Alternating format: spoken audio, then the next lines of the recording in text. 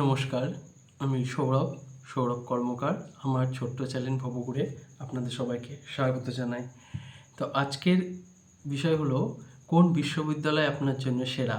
Open learning যারা চাকরি করছেন বা সরকারি চাকরি পড়াশুনো করছেন বা বিভিন্ন কাজের মধ্যে চলে গেছেন বা কিছু করছেন, যেহেতু তারা রেগুলারে পড়াশুনো করতে পারবেন না, বা বর্তমান সময়ে আমাদের পশ্চিমবঙ্গ বা ভারতবর্ষের মধ্যে যেহেতু একটা রাজ্য এবং সেন্ট্রাল দুটো ইউনিভার্সিটি আছে, ইগনু এবং এনএসইউ, সবাই মোটামুটি জানো। এদের মধ্যে কোনটা আপনার জন্য ফেভারিট, কোনটা আপনার জন্য, সেটাই আজকে এই ভিডিওতে সম্পূর্ণভাবে আলোচনা করব। আপনি কোথায় ভর্তি হবেন? এনএসইউতে ভর্তি হবেন বা ইগনুতে ভর্তি হবেন? আপনার কোনটা সবথেকে বেশি আপনার জন্য প্রযোজ্য? তো আমরা আজকে সেই ভিডিওটা সেটা নিয়ে আমরা আলোচনা করব। আমরা জানব ইতিহাস সম্পর্কে ইউনিভার্সিটির ইউজিসির অনুমোদন আছে কিনা, ন্যাক গ্রেডের অনুমোদন আছে কিনা, ডিগ্রির মূল্যতা কতটা, সরকারি চাকরি গ্রহণযোগ্যতা কতটা, তারপরে ফি কতটা আছে, লাইব্রেরি পরিকাঠামো কেমন আছে, অ্যাসাইনমেন্ট কেমন হয়, স্টাডি ম্যাটেরিয়াল কেমন থাকে, আপনার স্টুডেন্ট সাপোর্ট মানে কোন ইউনিভার্সিটি কেমন সাপোর্ট করে, এবং আপনার কাজ কোন বিশ্ববিদ্যালয়ের জন্য ভালো আপনার জন্য।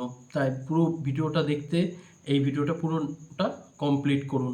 এবং কোনো কিছু ভিডিও যদি কোনো শেষে আপনাদের কোনো জিজ্ঞাসা থাকে, কমেন্ট বক্সে অবশ্যই কমেন্ট করবেন।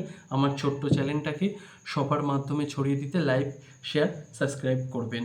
তো প্রথমে আমি যেটা আসবো, বিশ্ববিদ্যালয় পরিচয়। প্রথমে হচ্ছে ইগনু, IGNOU, অর্থাৎ Indira Gandhi national open university. প্রতিষ্ঠাতা হয়েছে এটা 1985 সালে। একটি ভারতের একটি সেন্ট্রাল ওপেন ইউনিভার্সিটি। এটা পুরো ভারত নিয়ে বর্তমানে প্রায় লক্ষ লক্ষ ছাত্রছাত্রী এখানে পড়াশুনো করছে। কেমন? এবং কি দেশের বাইরেও দু একটা স্টাডি সেন্টার রয়েছে। দেশে তো রয়েছে, দেশের বাইরেও কিন্তু ইগনুর বর্তমানে দু একটা স্টাডি সেন্টার রয়েছে। সেই তুলনায় আমি নেতাজিতে মানে NSOUতে আসলাম, মানে নেতাজি সুভাষ ওপেন ইউনিভার্সিটি। এটি প্রতিষ্ঠা হয়েছে 1957 সালে। এটি পশ্চিমবঙ্গ সরকারের একটি রাজ্য পোষিত ইউনিভার্সিটি। ঠিক আছে, এটি মূলত পশ্চিমবঙ্গে যারা বসবাসকারী তাদের জন্য এটা তৈরি হয়েছে।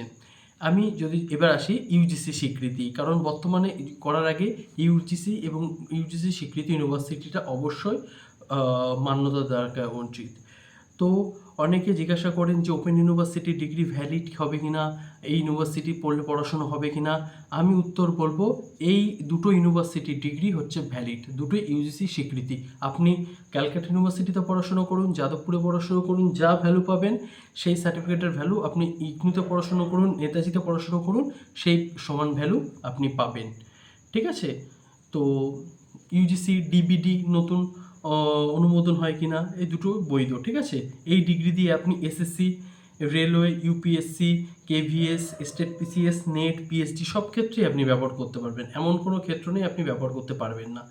আচ্ছা, তারপরে আমরা আসি ন্যাক গ্রেড। ঠিক আছে, অনেকেরই লক্ষ্য করে না যে আমি একটা ইউনিভার্সিটিতে ভর্তি হচ্ছি, এটি ন্যাক কেমন গ্রেডে আছে, ঠিক আছে, এটাই মান কেমন আছে। তো আমি বলবো কোনো বিশ্ববিদ্যালয়ে ভর্তি হওয়ার আগে ন্যাক গ্রেডটা অবশ্যই দেখা উচিত।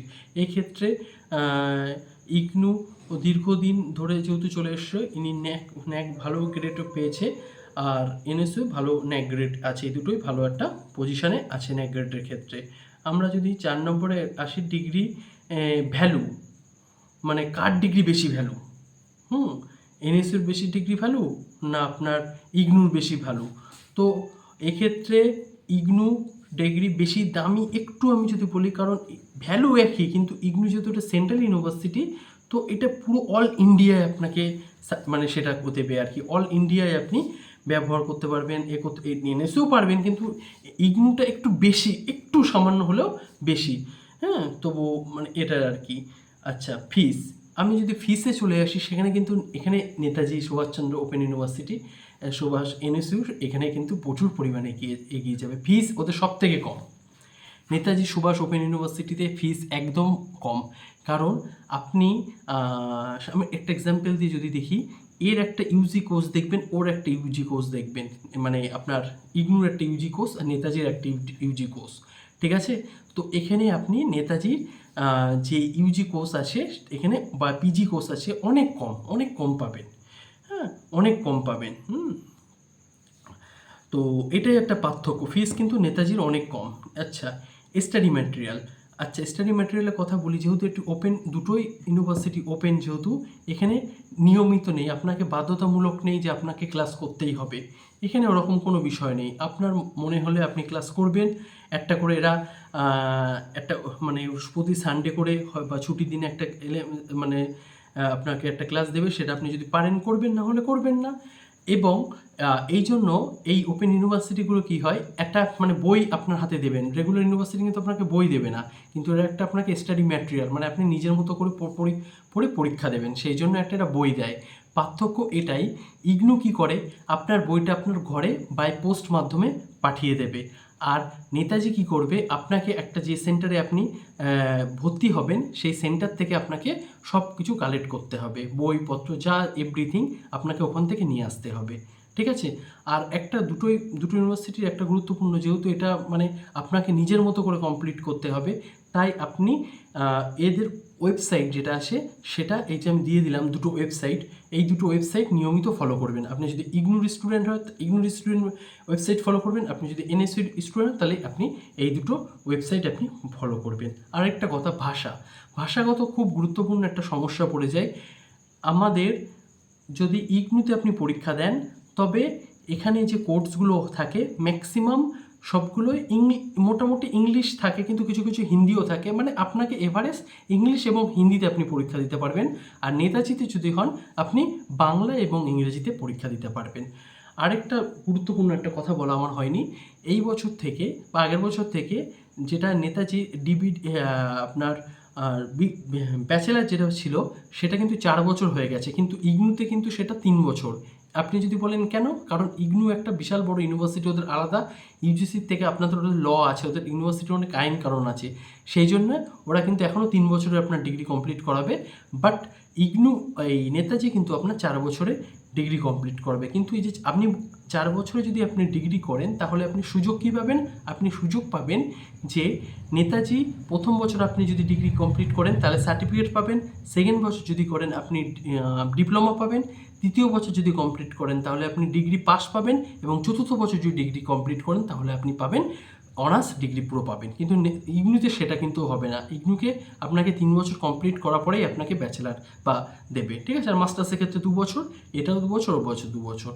এইবার আমি যদি কোর্স ভ্যারাইটিসের মানে অ্যাসাইনমেন্ট, মানে পরীক্ষা হওয়ার আগে একটা অ্যাসাইনমেন্ট জিনিসটা হয়, ইগনুতে আপনার হাতে লিখে লার্নিং সাপোর্ট সেন্টারে জমা দিতে হতে পারে, এটা হচ্ছে ইগনুর নিয়ম। অথবা কিছু কিছু সেন্টারে আমাদের যেটা রিলিজন অফিস কলকাতা বিকাশ ভবন ইগনুর অফিস আছে, ওদের ওয়েবসাইট আছে, ওদের গাইডলাইন বলে যে আপনার কি প্রোগ্রাম আছে, কারোর ইংলিশ, কারোর প্রফেশনাল, কারোর হিস্ট্রি, যাই হোক ওদের গাইড অনুযায়ী আপনাকে হাতে লিখতে হবে, হাতে লিখে ওদের ওয়েবসাইটে জমা করা যায় বা লার্নিং সেন্টার অফিসেও জমা করা যায়, এই দুটো অপশান থাকে।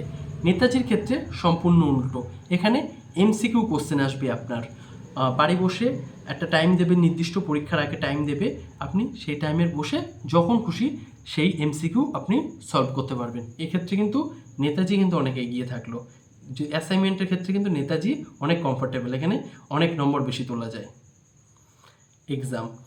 এক্সাম দুটোই সমান, নেতাজি যেমন ইগনুও তেমন, কিন্তু আপনি অনেকে ভাবছেন ডিস্টেন্সে পড়েছি, পড়াশুনো করবো না, পরীক্ষা দিয়ে আসবো, ম্যানেজ হবে, কিন্তু নয়। রেগুলার যেরকম ওরা পরীক্ষা নেয়, ডিস্টেন্সে কিন্তু একই পরীক্ষা নেয়, কোনোটা কিন্তু ছাড়ছুট নেই, দুটোই কিন্তু সমান পরীক্ষা দিতে হবে, এটা মাথায় রেখে দেবেন কিন্তু, ঠিক আছে। হয়তো কোশ্চেন কোয়ালিটি কিছু কম হয়, নেতাজির একটু সহজ হয়, ইগনুর কিন্তু প্রচুর টাফ হয়, সেটা আপনারা বিবেচনা করে দেখবেন। সাপোর্ট, লার্নিং সাপোর্ট, ইগনুতে আপনি সারা ভারতবর্ষে ওদের সেন্টার পেয়ে যাবেন, আপনি ভারতবর্ষে যেখানে থাকুন না কেন, আপনার যদি মনে হয় যে আমি চাকরি করবো, সেন্ট্রাল গভর্নমেন্টে চাকরি পেয়ে গেছি, বা আমি কোনো কোম্পানির কাজে আমি বাইরে চলে গেছি, আমার কি হবে, কোনো ব্যাপার না, আপনি ভারতবর্ষে যেখানে খুশি থাকবেন, ইগনুর ফর্ম ফিল আপ হবে, আপনি স্টাডি সেন্টার চুজ করবেন, আপনি কোথায় পরীক্ষা দেবেন সেখানে আপনি দিতে পারবেন। কিন্তু নেতাজির ক্ষেত্রে আপনি এটা পারবেন না, নেতাজির ক্ষেত্রে পশ্চিমবঙ্গ হবে, এবং নেতাজি মানে ইউনিভার্সিটি যারা ঠিক করে দেবে সেখানেই আপনার পরীক্ষা দিতে হবে, আপনার কোনো চয়েস নেই। কিন্তু ইগনু আপনাকে চয়েস দেবে আপনি কোথায় পরীক্ষা দিতে চান, ঠিক আছে। গভর্নমেন্ট জবের আমি কথা বলে দিয়েছি, সব জায়গায় ভ্যালিড, কোনো সমস্যা নেই। হ্যাঁ, আর আর এটা যেহেতু ডিস্টেন্স হওয়ার জন্য এটা অনেকে মানে তুচ্ছ তাচ্ছিল্য করে যে ডিস্টেন্স এটা কোনো ব্যাপার না, কিন্তু ডিস্টেন্স হলেও কিন্তু ডিগ্রি ভ্যালিডিটি খুব বেশি, খুব মারাত্মক। এমনকি নেতাজির যা ন্যাকের গ্রেড আছে, অনেক অনেক রেগুলার ইউনিভার্সিটি সেই গ্রেড নেই। আমি ইগনুর যা গ্রেড আছে, আপনি আমাদের মানে মানে কি বলবো, ক্যালকাটা ইউনিভার্সিটি, যাদবপুর ইউনিভার্সিটি সেই গ্রেড অনেক সময় থাকে না, ইগনু যা থাকে কোয়ালিটি থাকে। তো হেলাই ফেলার জন্য না, ডিস্টেন্স পড়বো না এমন কিন্তু ভাবলে কিন্তু চলবে না, ঠিক আছে?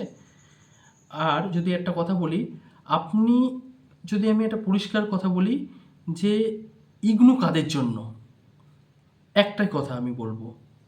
তো ভারতবর্ষে তুমি ধরো যেখানেও মানে তোমার তোমার স্থায়ী তুমি চাকরি না, বা তুমি স্থায়ী বসবাস করতে পারছো না, আজ এখানে যাচ্ছ কাল ওখানে যাচ্ছ, তুমি স্থায়ী না, ঠিক আছে? তুমি স্থায়ী নও, ঠিক আছে?